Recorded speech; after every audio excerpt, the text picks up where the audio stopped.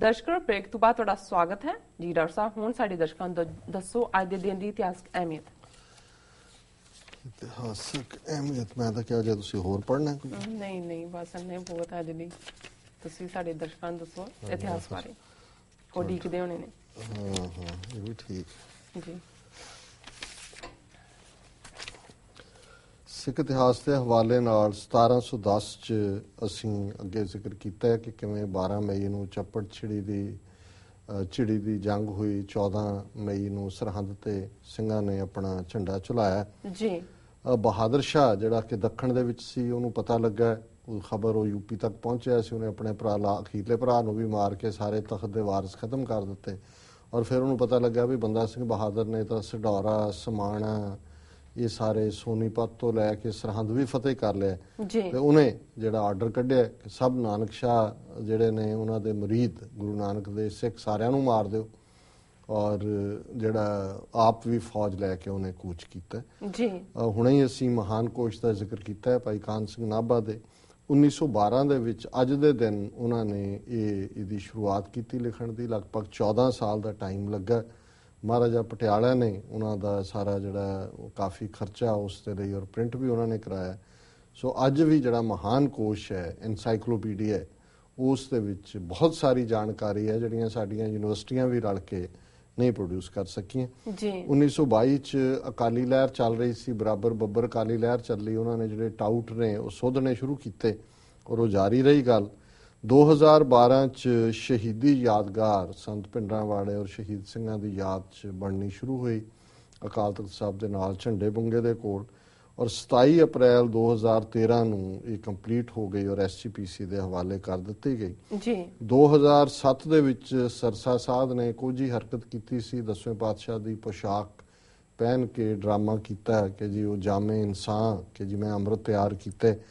ਔਰ ਉਦੋਂ ਗੁਰਮਤਾ ਵੀ ਆਇਆ, ਉਹਦੇ ਥੱਲੇ ਸ਼ਹੀਦੀਆਂ ਵੀ ਹੋਈਆਂ। ਭਾਈ ਕੰਵਰਜੀਤ ਸਿੰਘ ਇੱਧਰ ਸੁਨਾਮ ਚੋਂ ਜਿਹੜੇ ਨੇ, ਔਰ ਭਾਈ ਹਰਮਿੰਦਰ ਸਿੰਘ ਔਰ ਇੱਕ ਭਾਈ ਬਲਕਾਰ ਸਿੰਘ ਜਾਮਾ ਰਾਏ, ਇਹ ਸਾਰੇ ਸ਼ਹੀਦ ਹੋਏ।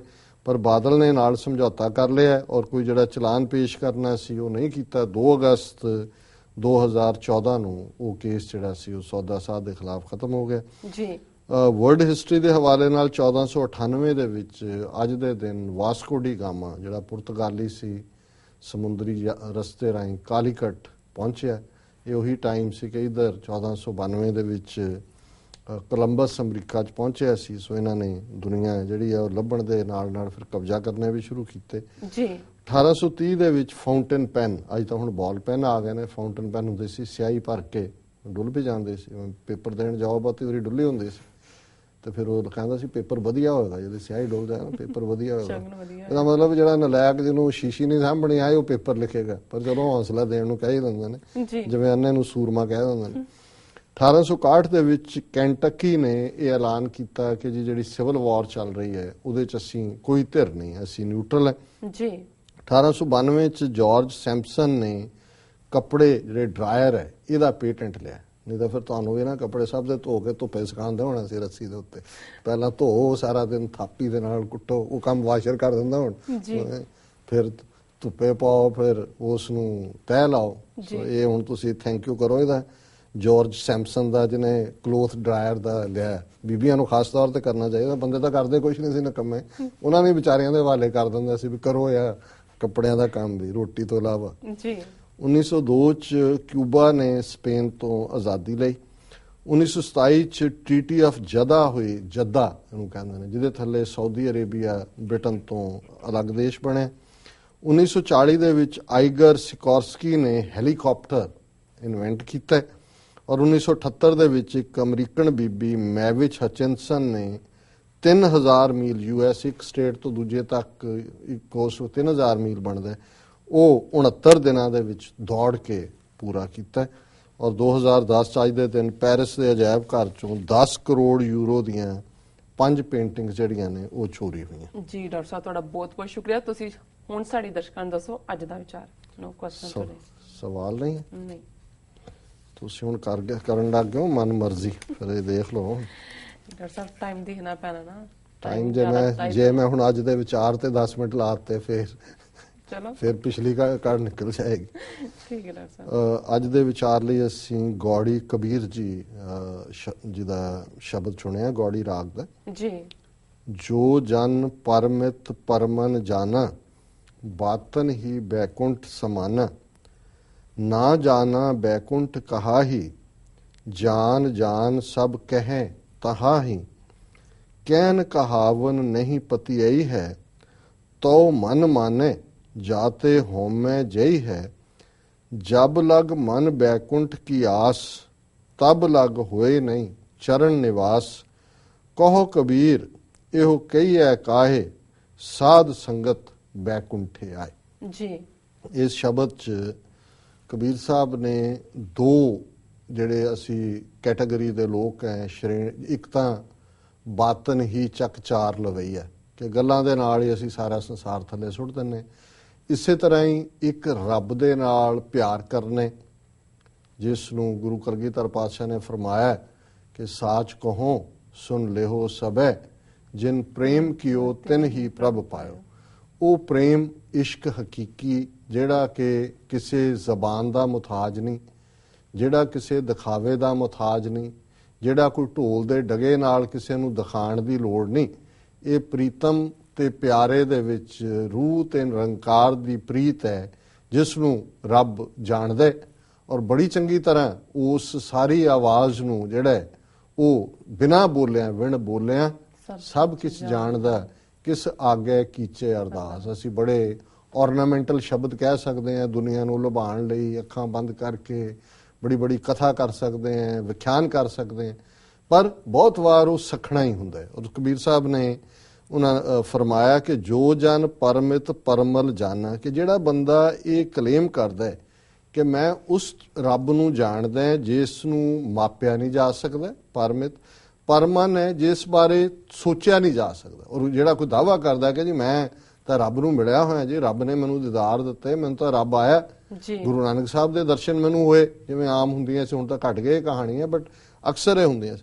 ਬਾਤਨ ਹੀ ਬੈਕੁੰਠ ਸਮਾਨ, ਉਹ ਕਹਿੰਦੇ ਨੇ ਗੱਲਾਂ ਦੇ ਨਾਲ ਹੀ ਸਵਰਗ ਦੇ ਵਿੱਚ ਪਹੁੰਚਾ ਦਿੰਦੇ ਨੇ। ਆਪ ਵੀ ਕਹਿੰਦੇ ਨੇ ਅਸੀਂ ਪਹੁੰਚੇ ਹਾਂ, ਤੁਹਾਨੂੰ ਵੀ ਪਹੁੰਚਾ ਦੇਣਗੇ ਜੀ। ਨਾ ਜਾਣਾ ਬੈਕੁੰਠ ਕਹਾ ਹੀ, ਜਾਨ ਜਾਨ ਸਭ ਕਹੇ ਤਹਾ ਹੀ। ਵੀ ਉਹਨਾਂ ਨੂੰ ਪਤਾ ਨਹੀਂ ਹੈ ਵੀ ਬੈਕੁੰਠ ਕਿੱਥੇ ਹੈ, ਉਹ ਸਵਰਗ ਕਿੱਥੇ ਹੈ। ਤੇ ਇਦਾਂ ਦੀਆਂ ਉਹ ਗੱਲਾਂ ਸੁਣਾਣਗੇ ਕਿ ਜਿਹੜੇ ਸੁਣ ਰਹੇ ਹੁੰਦੇ ਨੇ ਉਹ ਵੀ ਕਹਿੰਦੇ ਮੈਨੂੰ ਵੀ ਲੈ ਚੱਲ ਬੈਕੁੰਠ। ਇਹ ਜਿਵੇਂ ਕਿਵੇਂ ਬਠਿੰਡੇ ਜਾਣਾ ਕਿ ਵੀ ਇਹ ਸ਼ਾਇਦ ਸਾਨੂੰ ਲੈ, ਜਿਵੇਂ ਬਹੁਤ ਸਾਰੇ ਸਾਧਾਂ ਬਾਬਿਆਂ ਦੇ ਚੇਲੇ ਹੋਏ ਇਸ ਕਿਸਮ ਦੀਆਂ ਗੱਲਾਂ ਸੁਣਾਉਂਦੇ ਨੇ ਕਿ ਬਹੁਤੇ ਉਹਨਾਂ ਨੂੰ ਲੱਗਦੇ ਨੇ ਕਿ ਵੀ ਇਹ ਸਾਨੂੰ ਇਹ ਲੈ ਜਾਣਗੇ, ਟਿਕਟ ਲੈ ਦੇਣਗੇ ਅੱਗੇ ਦੀ ਜੀ। ਕਹਿਨ ਕਹਾਵਨ ਨਹੀਂ ਪਤੀਆਈ ਹੈ, ਤੋ ਮਨ ਮਾਨੇ ਜਾਂ ਤੇ ਹਉਮੈ ਜਈ ਹੈ। ਵੀ ਇਹ ਗੱਲਾਂ ਨਾਲ ਰੱਬ ਥੋੜੀ ਮਿਲਦਾ, ਤੇ ਜਦੋਂ ਤੱਕ ਮਨ ਦੇ ਉੱਤੇ ਵਸ ਨਹੀਂ ਹੈ, ਹਉਮੈ ਤੁਹਾਡੀ ਕਿਵੇਂ ਮਰੇਗੀ? ਤੇ ਜੇ ਹਉਮੈ ਨਹੀਂ ਮਰਦੀ, ਰੱਬ ਕਿਵੇਂ ਮਿਲੇਗਾ? ਤੇ ਕਨਕਲੂਡ ਕੀਤਾ ਕਬੀਰ ਸਾਹਿਬ ਨੇ, ਜਬ ਲਗ ਮਨ ਬੈਕੁੰਠ ਕੀ ਆਸ, ਤਬ ਲਗ ਹੋਏ ਨਹੀਂ ਚਰਨ ਨਿਵਾਸ। ਹੁਣ ਇੱਥੇ ਪਿਆਰ ਦੀ ਖੇਡ ਤਾਂ ਇਹ ਹੈ ਕਿ ਰਾਜ ਨਾ ਚਾਹੂੰ ਮੁਕਤ ਨਾ ਚਾਹੂੰ, ਮਨ ਪ੍ਰੀਤ ਚਰਨ ਕਮਲਾਰੇ, ਕਿ ਮੇਰਾ ਮਨ ਮੇਰੀ ਪ੍ਰੀਤ ਉਸ ਦੇ ਕਮਲ ਵਰਗੇ ਚਰਨਾਂ ਨਾਲ ਲੱਗੇ, ਚਾਹਨਾ ਤਾਂ ਇਹ ਹੈ ਜੀ। ਤੇ ਕਬੀਰ ਸਾਹਿਬ ਕਹਿੰਦੇ ਨੇ ਜਬ ਲਗ ਮਨ ਬੈਕੁੰਠ ਕੀ ਆਸ, ਜੇ ਤੁਸੀਂ ਈਵਨ ਇਹ ਆਸ ਵੀ ਕਰਦੇ ਹੋ ਕਿ ਜੀ ਮੈਨੂੰ ਸਵਰਗ ਮਿਲੇ, ਤਬ ਲਗ ਨਹੀਂ ਹੋਏ ਨਹੀਂ ਚਰਨ ਨਿਵਾਸ, ਉਦੋਂ ਤੱਕ ਉਸ ਦੇ ਰੱਬ ਨਾਲ ਮਿਲਾਪ ਨਹੀਂ ਹੁੰਦਾ। ਕਹੋ ਕਬੀਰ ਉਹ ਕਹੀ ਹੈ ਕਾਏ, ਕਬੀਰ ਸਾਹਿਬ ਕਹਿੰਦੇ ਨੇ ਮੈਂ ਕਿਹਨੂੰ ਕਵਾਂ ਇਹ ਸੱਚ ਕਿਹੜਾ? ਸਾਧ ਸੰਗਤ ਬੈਕੁੰਠੇ ਆਏ ਜੀ। ਕਿ ਜਦੋਂ ਤੁਸੀਂ ਸਾਧ ਸੰਗਤ ਵਿੱਚ ਬੈਠਦੇ ਹੋ, ਜਿੱਥੇ ਰੱਬ ਦੀ ਸਿਫਤ ਸਲਾਹ ਹੁੰਦੀ ਹੈ, ਰੱਬ ਦੇ ਗੁਣ ਗਾਇਨ ਹੁੰਦੇ ਨੇ, ਮਾਨੋ ਤੁਸੀਂ ਸਵਰਗ ਦੇ ਵਿੱਚ ਬੈਠੇ ਹੋ।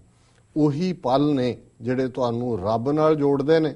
ਪਰ ਅੱਜ ਕੱਲ ਤਾਂ ਸਾਧ ਸੰਗਤ ਵੀ ਨਾਲ ਟੈਕਸ ਭਰ ਰਹੇ ਹੁੰਦੇ ਨੇ, ਨਾਲ ਟੈਕਸ ਕਰ ਰਹੇ ਹੁੰਦੇ ਨੇ ਜੀ ਡਾਕਟਰ ਸਾਹਿਬ। ਸੋ ਉੱਥੇ ਫਿਰ ਉਹ ਬੈਕੁੰਠ ਤਾਂ ਨਹੀਂ ਨਾ ਹੋਇਆ, ਉੱਥੇ ਤਾਂ ਉਹੀ ਕਾਰੋਬਾਰ ਨਾਲ ਕਲਯੁਗੀ ਨਾਲ ਬੈਠਾ ਹੁੰਦਾ। ਸੋ ਇਹ ਫੋਨ ਬੰਦ ਕਰਕੇ ਜਾਇਆ ਕਰੋ ਜੀ। ਬਿਲਕੁਲ ਡਾਕਟਰ ਸਾਹਿਬ, ਇਹ ਸਾਰਿਆਂ ਨੂੰ ਹੀ, ਤੁਹਾਨੂੰ ਨਹੀਂ ਕਿਹਾ, ਵੈਸੇ ਸਾਰਿਆਂ ਨੂੰ ਮੈਂ ਕਹਿ ਰਹੀ ਹਾਂ। ਡਾਕਟਰ ਸਾਹਿਬ ਤੁਹਾਡਾ ਬਹੁਤ ਬਹੁਤ ਧੰਨਵਾਦ, ਤੁਸੀਂ ਅੱਜ ਦਾ ਵਿਚਾਰ ਸਾਡੇ ਦਰਸ਼ਕਾਂ ਨਾਲ ਸਾਂਝਾ ਕੀਤਾ। ਇਸ ਨਾਲ ਆਪਣੇ ਵਿਊਅਰਸ ਕੋਲ ਲੈਣੇ ਇਜਾਜ਼ਤ। ਵਿਊਅਰਸ, ਸਾਡੇ ਪ੍ਰੋਗਰਾਮ ਦਾ ਸਮਾਂ ਇੱਥੇ ਸਮਾਪਤ ਹੁੰਦਾ। ਤੁਸੀਂ ਆਪਣੇ ਰਾਏ ਤੇ ਸੁਝਾਅ ਸਾਨੂੰ ਭੇਜਣਾ ਨਾ ਭੁੱਲਣਾ ਸਾਡੇ ਇਸ ਪਤੇ ਤੇ sos@tv84.tv ਤੇ। ਅਸੀਂ ਆਪਣਾ ਪ੍ਰੋਗਰਾਮ ਲੈ ਕੇ ਫਿਰ ਦੁਬਾਰਾ ਤੁਹਾਡੇ ਸਾਹਮਣੇ ਹੋਵਾਂਗੇ। ਤਦ ਤੱਕ ਲਈ ਮੈਨੂੰ ਤੇ ਪ੍ਰੋਡਕਟ ਸਾਨੂੰ ਆਗਿਆ ਦਿਓ ਤੇ ਦੇਖਦੇ ਰਹੋ TV84। ਤੇ ਬੁਲਾ ਦਿਓ ਫਤਿਹ। ਵਾਹਿਗੁਰੂ ਜੀ ਕਾ ਖਾਲਸਾ, ਸੋ ਵਾਹਿਗੁਰੂ ਜੀ ਕੀ ਫਤਿਹ। ਫਤਿਹ।